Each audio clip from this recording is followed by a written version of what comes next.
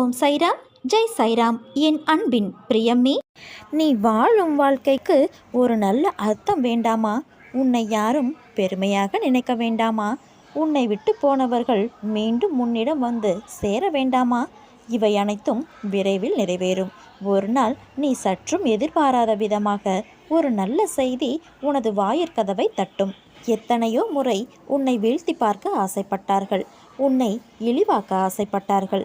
ஆனால் முடியவில்லை. ஆபத்து உண்டாக்க நினைத்தார்கள், அதுவும் முடியவில்லை. இதற்கு என்ன காரணம்? உன் கர்ம பலன்களே. நான் உன்னுடனே இருப்பதை மறந்து இது போன்ற செயல்களில் ஈடுபட முயற்சி செய்கிறார்கள். எனது அனுமதியின்றி உன்னை தொட முடியுமா? இவற்றையெல்லாம் யார்தான் செய்கிறார்கள்? என்ன காரணம் என்றுதானே கேட்கிறாய்? வேறு யாரும் இல்லை, உன்னை சுற்றியுள்ளவர்கள்தான். உன்னை சுற்றி நல்லவர்களைத் தவிர மற்றவர்களுக்கும் இடம் கொடுத்திருக்கின்றாய். உனக்கு உன் மீது நம்பிக்கை இல்லை. முதலில் உன்னை நீ மாற்றிக்கொள்ள பழகிக்கொள். பிறகு நடக்கப் போவதைக் கண்டு ஆச்சரியமாக பார்ப்பாய். நான் உன்னை அழைக்கின்றேன், விரைந்து வா. நான் அழைத்தால் மட்டுமே உன்னால் வர முடியும். உன் காலடி இந்த சீரடி மண்ணை பட்டதும் உனது கர்ம பலன்கள் விலகி உனது கஷ்டங்கள் உன்னை விட்டு ஓடி ஒளியும். நல்ல நேரம் ஆரம்பிக்கும். வாழ்க்கையில் உன்னை உயர்ந்த நிலைக்கு கொண்டு போகப் போகிறேன். எதற்காகவும் எப்போதும் மஞ்சாதே. நீ அழைத்தால் நான் வருவேன். இனி எல்லாம் நல்லதாகவே நடக்கும் என்ற நம்பிக்கையோடும் பொறுமையோடும் சகிப்புத்தன்மையோடும் சுறுசுறுப்பான மனதோடும் உன் கடமைகளை செய். உன்னுடைய காரியம் நிச்சயம் கைகூடும். உன்னை வெற்றியின் பாதைக்கு கைப்பிடித்து நான் அழைத்து செல்லவே உன்னை இவ்வாறு செய்ய நான் பணிகின்றேன். உனக்கு எல்லா சூழ்நிலைகளிலும் நான் துணை நிற்பேன். உன்னை நான் சரி செய்து வருகிறேன் என்று உணர்ந்து சில விஷயங்களை திருத்தி மாற்றி கொண்டு வருகிறாய். நல்ல விஷயம்தான். ஆனால் ஒரு விஷயத்தில் மட்டும் உன்னால் மாற்ற முடியாமல் நீ திணறுகிறாய். அது என் கண்களிலிருந்து எப்படி தப்ப முடியும்? மற்றவர்கள் உன்னை எந்த வகையில் வசைப்பாடினாலும் அவர்களுக்கு பதில் கூறாதே. பதில் கூறும் தருவாயில் இருந்தால் நீ தவறு செய்யாவிட்டாலும் மன்னித்து விடுங்கள் என்று கூறி அவர்களிடம் இருந்து விலகிவிடு. ஏன் தவறு செய்யாமல் நான் மன்னிப்பு கேட்க வேண்டும் என்றுதானே நீ யோசிக்கிறாய்? நாமும் அவர்களுடன் சமமாய் வாக்குவாதம் செய்தால் இழந்து போவது நம் நிம்மதிதான். அதனால் நீ வாக்குவாதம் செய்யும் சூழ்நிலை வந்தால் நகர்ந்துவிடு. உன் நிம்மதியான வாழ்வில்தான் உன் நிம்மதி இருக்கிறது. மற்றவர்களை நேசிப்பதில் தவறு இல்லை. அவர்கள்தான் உலகம் என்று இருக்காதே. அவர்கள் அன்பிற்கு சார்ந்திருக்காதே. அந்த அன்பு சில சூழ்நிலையால் குறைந்து போகலாம். அப்போது நீ ஏமாந்து உன் வாழ்க்கையில் வெறுமை காண்பாய். நான் சொல்வதை நீ தெளிவாக புரிந்து கொள். அன்பு தவறு இல்லை. ஆனால் அளவு கடந்த அன்பில் எதிர்பார்ப்பு ஏற்படும். அதில் நீ மாட்டிக்கொள்ளாதே. அது உன் வாழ்க்கையில் நிம்மதியற்ற சூழ்நிலையை உருவாக்கிவிடும். ஏனென்றால் இவ்வுலகில் சார்ந்து இருக்கும் அளவிற்கு எதுவும் நிரந்தரம் இல்லை. இவ்வுலகில் நீ பிறந்தாய் வாழ்ந்தாய் என்று இருக்காதே.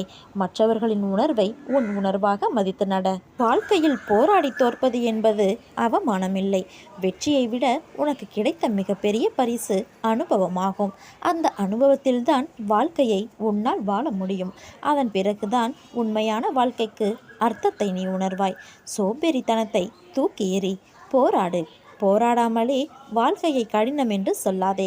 பிறகு உனக்கு வாழ்க்கையின் ஒவ்வொரு நிமிடமும் கடினமாகிவிடும். இந்த உலகில் நிரந்தரம் என இருவரை நினைத்துக்கொள். ஒன்று உனக்குள் இருக்கும் ஆத்மா, இன்னொன்று உன் சாயப்பா. எந்த லட்சியத்தை அடைய நினைக்கின்றாயோ அதை மனதில் கொண்டு செயல்படு. ஒரு நாள் கண்டிப்பாக அது உன்னை வந்து சேரும். அதுவரை எதற்கும் மனதில் கஷ்டப்பட்டு கொண்டு இருக்காதே. இருப்பதை கொண்டு சந்தோஷமாக வாழ்.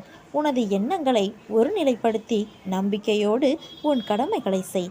நிச்சயம் நீ எதிர்பார்த்த அளவுக்கு மேல் உன் விருப்பங்கள் நிறைவேறும். நான் உன் இல்லம் தேடி வந்துவிட்டேன். உனக்கு அதிர்ஷ்டமான நாள் இன்று முதல் தொடங்கிவிட்டது. உன் தொழிலில் நஷ்டம் என்ன செய்வது என்ற நிலையை தாண்டி நிம்மதி இழந்து எந்நேரமும் நீ பயந்திருக்க வேண்டிய அவசியமில்லை. இனிமேல் கீழே எவ்வளவு குறைந்ததோ அதற்கு 100 மடங்கு உனக்கு உயர்த்தி உன்னை உச்சியில் ஏற்றி நான் உட்கார வைப்பேன். உன் பிரார்த்தனையில் நான் மனம் குளிர்ந்தேன். என் பாதத்தில் தலை வணங்கிய உன்னை யார் முன்னிலையிலும் தாழ்ந்திட விடமாட்டேன். உன் விருப்பங்கள் அனைத்தையும் நான் நிறைவேற்றுவேன். உனது இரக்க குணம், பிறருக்கு உதவ வேண்டும் என்கின்ற உன்னதமான மனோபாவம், இந்த நிலையிலும் பிறர் கஷ்டப்படுவதை காண சகிக்காத மனம் இருக்கும் இடத்திற்கு உண்மையான விசுவாசத்துடன் நடந்து கொள்ள வேண்டும். நீதியை, நேர்மையை பின்பற்ற வேண்டும் என்று நினைத்து அதன்படி நடந்து வந்ததால் நான் கீழான நிலைக்கு இறங்க நேர்ந்தது என்று நினைக்கின்றாய். கெட்டவர்களும் கெடுமதி உள்ளவர்களும் நன்றாக இருக்கும்போது நல்லவர்களான நாங்கள் மட்டும் ஏன் கஷ்டப்பட வேண்டும்? கஷ்டத்தை மட்டும் ஏன் நீ எங்களுக்கு பரிசாக தர வேண்டும் என்று நினைக்கின்றாய்? உன்னை போன்ற நல்லவர்கள் இப்படித்தான் புலம்புகிறார்கள். இது இன்றோ நேற்றோ தொடங்கி நடந்து வருகிற விஷயம் அல்ல. காலகாலமாய் நல்லவர்கள் புலம்புவது தொடர்கதைதான். நல்லவர்கள் தங்களது எஞ்சியுள்ள கர்ம வினைகளையும் தீர்த்துவிட்டு முற்றிலும் சந்தோஷத்தை பெறுவதற்கே கஷ்டத்தை அனுபவிக்கிறார்கள். நான் உன்னிடம் பிரத்யட்சமாக விளங்கவே இந்த தற்காலிகமாக நடக்கும் கஷ்டம். ஏனெனில் நான் நல்லவர்கள் மனதில் மட்டுமே வாழ முடியும். கெட்டவர்கள் மனதில் எனக்கு இடம் ஏது? இப்படி உன்னை கஷ்டப்படுத்தி நான் வாழ்வதால் என்ன பலன் என்று நீ நினைக்கலாம். நான் உன்னை பக்குவப்படுத்தி பெருமைப்படுத்துவதற்கு இதை உனக்கு வரப்பிரசாதமாக கொடுத்திருக்கின்றேன். குந்தி தேவி என்னிடம், கிருஷ்ணா, நன்மைகளை பிறருக்கு கொடு, உன்னை எப்போதும் நினைத்து கொண்டிருக்க துன்பம் ஒன்றையே எனக்கு கொடு என்று வேண்டினாள். அதனால் குந்தி கெட்டுப்போனாளா? அவளது பிள்ளைகளால் தர்மம் தலைக்கவில்லையா? எந்த சூழலிலும் மக்கள் மதிக்கின்ற தாய் என்ற சிறப்பு அவளுக்கு கிடைக்கவில்லையா? அதை போலத்தான் உன்னுடைய தகுதிக்கும் தாங்கும் சக்திக்கும் ஏற்பத்தான் கஷ்டத்தை தருகிறேன். இதை உன்னால் சமாளிக்க முடியும். சோர்வு எதற்கு? அது உன்னை பலவீனப்படுத்தி சிந்தனையை முடக்கும், செயலை குறைக்கும், மந்த புத்தியை உண்டாக்கும். இதற்காகவா நான் கஷ்டத்தை கொடுத்தேன்? இந்த நேரத்தில் நீ வேகமாக செயல்பட வேண்டும். உனக்கு ஏற்பட்ட துயரங்கள் அனைத்தும் விலகிவிடும். நம்பிக்கை இழந்து விடாதே. அனைத்தும் விரைவில் மாறப்போகின்றது. நிலையற்ற புத்தியுள்ள மனிதன் ஒரு முறை கவலையை இறக்கி வைப்பான், இன்னொரு முறை அதை தன் மீது ஏற்றிக்கொண்டு திரிவான். அவனது மனதுக்கு உறுதி என்றால் என்ன என்பதே தெரியாது. அவனுக்கு உதவி செய்ய நான் இரக்கம் கொண்டுள்ளேன். உங்களுடைய நம்பிக்கையை என் மீது வைத்து அதை பற்றி கொள்ளுங்கள். நான் வழி காட்டுகிறேன். நான் உன்னை என்றும் கவனித்து வருகிறேன். உன் எண்ணம் தடுமாறும் போது உன்னை நல்வழிப்படுத்தி தூய சிந்தனை அளிப்பேன். நீ வேதனைப்படும் காலத்தில் உன்னோடு இருந்து ஆறுதல் அளித்து வேதனை போக்கும் வழியை கூறுவேன். உன் வீட்டில் பாதுகாவலனாக இருந்து உங்கள் அனைவரையும் தீய சக்திகள் அண்டவிடாமல் தடுத்து உங்களை நானே காப்பேன். இல்லறத்தில் நல்லறம் காக்க ஒவ்வொரு நிமிடத்திலும் உன் மனதில் நான் எச்சரிக்கை செய்வேன். உன் எண்ணங்களை ஆராய்ந்து உனக்கு என்ன தேவையோ அதை நானே அளிப்பேன். என்றுமே உன்னை அஞ்ஞானத்தில் மூழ்க விடாமல் சத்திய தர்மத்தை உன் மனதில் புகுத்துவேன். எதுவும் நிரந்தரமில்லை என்பதை உணர வைத்து எளிமையாகவும் ஏழ்மைக்கு உதவி செய்ய மனதை தூண்டுவேன். ஏட்டு சுரைக்காய் கறிக்கு உதவாது என்பதை உணர வைத்து நீதி மறவாமல் வாழ வைப்பேன். உழைப்பின் தத்துவத்தை எடுத்துரைத்து உன் உழைப்பில் வருவதை கொண்டு வாழ வைப்பேன்.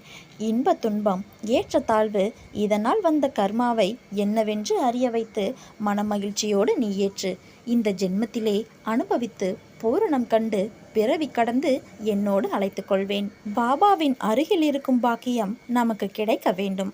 அதன் பிறகு தாண்ட முடியாதது எதுவுமே இல்லை. அனைத்து விஷயங்களும் நிறைவேறும். ஓய்வெடுப்பதோ பேசுவதோ நடப்பதோ எந்த வேலையை செய்தாலும் சரி, ஒவ்வொரு கணமும் அசைக்க முடியாத நம்பிக்கையை பக்தன் தான் விரும்பிய மனோரதங்கள் அனைத்திலும் நிறைவு பெறுவான். கஷ்டத்தை மட்டுமே யோசித்து கொண்டிருந்தால் உனக்கு எப்படி முன்னேற தோன்றும்? கஷ்டம் யாருக்குத்தான் இல்லை? நீ வாழ்க்கையில் முன்னேற நிச்சயம் வழி காட்டுவேன். அதில் பயணிக்கப் போகின்றாய். நீ வெற்றியும் அடையப் போகின்றாய். வாழ்க்கையில் சந்தோஷம், நிம்மதி இவற்றை நீ தேடுவது எனக்கு வியப்பாய் உள்ளது. ஏன் அப்பா இப்படி சொல்கிறீர்கள் என்று தானே கேட்கிறாய்? சந்தோஷம் உலகப் பொருட்களில் இல்லை. உள்ளத்தின் உணர்வுகள் அவை உனக்கு உணர்த்தும் பொருளில்தான் இருக்கின்றது. நிம்மதி நீ கை நீட்டி உதவி செய்வதால் மட்டும் வருவதில்லை. மனதார இவர் நன்றாக இருக்க வேண்டும் என்று ஆத்மார்த்தமாக நினை. உனக்கு நிம்மதி என்ற காற்று தென்றலாய் வீசும். என்றைக்கும் சந்தோஷமும் நிம்மதியும் வெளியே தேடாதே. ஏனென்றால் அது வெளியில் இல்லை, உனக்குள் தான் உன்னை மாற்றும் எல்லா மாறுதல்களும் இருக்கிறது. உன்னை பக்குவப்படுத்தவே சில நிகழ்வை உனக்குள் நிகழ்த்துகிறேன். அந்த நிகழ்வுகள் மாற்றம் என்றால் என்ன, பக்குவம் என்றால் என்ன, அதன் சாயலை உனக்கு புரிய வைக்கும். அந்த பக்குவம் உன் வாழ்க்கைக்கு ஏணியாக பயன்படும். ஏணியாக உள்ள படிகளாய் நீ உருவாகி கொண்டு இருக்கிறாய். சிறிது பொறுமையாகவும் நம்பிக்கையுடனும் இருந்தால் உன்னை நீ ஏதாவது மாற்றி திருத்திக் கொள்ள நினைத்தால் கண்ணாடியை பார். உனக்கான மாற்றம், நீ எப்படி உன்னை திருத்திக் கொள்ள வேண்டும் என்ற வழி உனக்கு புரியும். விதைத்தவுடன் அறுவடைக்கு செல்வது எப்படி மடத்தனமோ அப்படித்தான் வேண்டியது உடனடியாக பலிக்க வேண்டும் என நினைப்பது. உனது வேண்டுதல்கள் அனைத்தும் கேட்கப்பட்டது. அதற்கான வழிகள் உருவாகி கொண்டு இருக்கின்றன. ஏற்ற காலத்தில் அனைத்தும் சுபமாக சுமூகமாக முடியும். தொடர்ந்து தோல்வி, ஏமாற்றமடைந்தால் வாழ்க்கை முடிந்துவிட்டது என்று உனக்கு யார் சொன்னது? உனக்கு என்றும் என்றென்றும் துணை இருக்கும் நான் சொன்னேனா? உன்னை சுற்றியுள்ளவர்கள் கூறும் தேவையான கருத்துக்களை மட்டும் காதில் வாங்க வேண்டும். பற்றிலிருந்தே துக்கம் உதிக்கிறது, பற்றிலிருந்தே அச்சம் உதிக்கிறது. எனவே பற்றினை முற்றும் விடுத்து கொண்டால் உனக்கு துக்கமும் இல்லை, அச்சமும் இல்லை. கடினமான இரும்பில் உள்ள சிறு துருவை கவனிக்காமல் விட்டுவிட்டால் அது அந்த இரும்பையே அரித்து தின்றுவிடும். அதுபோலவே ஒருவனிடம் தோன்றும் தீய எண்ணங்களை தடுக்காமல் வளர்த்து கொண்டால் அது அவனுடைய அழிவை நோக்கி நாளுக்கு நாள் அவனை நடத்தி செல்லும். முடிந்தவரை நல்லதே நினை, எல்லோருக்கும் நல்லதே செய். நல்லவற்றை செய்வதினால் ஏற்படும் தடங்களுக்காக நீ மனம் தடுமாறினால் அது இதைவிட பேரிழப்பை தந்துவிடும். வருத்தப்படாதே. நீ சகல சௌபாக்கியங்களையும் பெற்று சீரும் சிறப்புமாய் நற்பெயருடன் வாழ்வாய். உன் பாதையில் இனி அனைத்தும் வெற்றியே. யாராவது பண உதவி கேட்டோ, பசியின் காரணமாக உணவு கேட்டோ, உடைக்காகவோ, இருக்க இடம் கேட்டோ உன்னிடம் வரலாம். ருணானுபந்தம் இருந்தால் ஒழிய ஒருவரிடம் மற்றவர் வரமாட்டார். அப்படி யாராகிலும் வந்தால் உன்னால் முடிந்தால் உதவு. இல்லையேல் மிருதுவான மொழியில் பேசி அனுப்பிவிடு. கண்டிப்புடன் பேசி அவர்கள் இதயத்தில் காயம் உண்டாக்காதே. வாழ்க்கையில் நீ சிரித்தாலும் அழுதாலும் அது உன் வாழ்வில் நிர்ணயிக்கப்பட்ட கர்மாதான். உனக்கு அதற்கான தைரியத்தை நான் கொடுப்பேன். உன்னுடன் சேர்ந்து நீ சிரித்தாலும் அழுதாலும் நானும் சிரிப்பேன், அழுவேன். உன் வலி என்பது நிஜத்தில் உன் வலி அல்ல, அது என் இதயத்தில் ஏற்படும் வலி. இப்படி என் பிள்ளையாக நீ இருக்கையில் கர்மாக்களிடமிருந்து தப்பிக்க வழி கேட்பது சரியா? உன்னை கோழையாகவா நான் வளர்க்கிறேன்? இதை தாண்டித்தான் ஆக வேண்டும் என்பதை தெரிந்தும் உன் உயிரின் மேல் ஏன் இவ்வளவு மதிப்பு இல்லாமல் நான் போகப் போகிறேன் இந்த உலகத்தை விட்டு என்று கூறுகிறாய்? என்றைக்கும் துன்பத்திலிருந்து தப்பிக்க வழி தேடாதே. அப்படி நீ தேடினால் அது நியாயத்தின் வழியாய் இருக்காது. அது உன்னை பயப்பட வைத்து வாழும் நாட்களையே நரகமாக்கிவிடும். அது கோழைத்தனம். வெந்நீரை காலில் ஊற்றிக்கொண்டாய். அப்படி வெந்நீர் காலில் பட்டால் வலிக்கும் என்று தெரியும். ஆனால் காலில் வெந்நீர் கொட்டும்போது வலிக்கிறது என்று அலறுகிறாய். உனக்கு கஷ்டங்களை கொடுக்க காரணம் வலியை உணர வேண்டும் என்று அல்ல. ஒரு வலியால் தான் இதயத்தில் மாற்றத்தை ஏற்படுத்த முடியும் என்ற பக்குவத்தை உனக்கு புகட்டவே. அதனால் என்றும் கஷ்டங்கள் வந்தால் அது அப்படித்தான் இருக்கும் வாழ்க்கையில் என்பது உனக்கு புரியும். அதை புகட்டவே இத்தனை நிகழ்வுகள் நடத்தப்பட்டன. உன்னை விட்டு நான் எப்படி நகர்ந்து நிற்க முடியும்? என் பரிபூரண அருளும் ஆசீர்வாதமும் அன்பும் பெற்ற என் உயிர் நீ. நீ ஜெயமாக நன்றாக வாழ்வாய். மலையே இடிந்து மேலே விழுந்தாலும் கலங்காதே, பயப்படாதே. நான் உன்னோடு இருக்கிறேன்.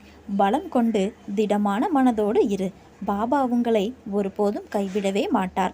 அவர் உங்களை விட்டு விலகுவதும் இல்லை, கைவிடுவதும் இல்லை. நாம் நம்பிக்கையோடு இருந்தால் நல்லதே நடக்கும். சாயிருக்க பயமேன். ஓம் சாய்ராம், ஜெய் சாய்ராம்.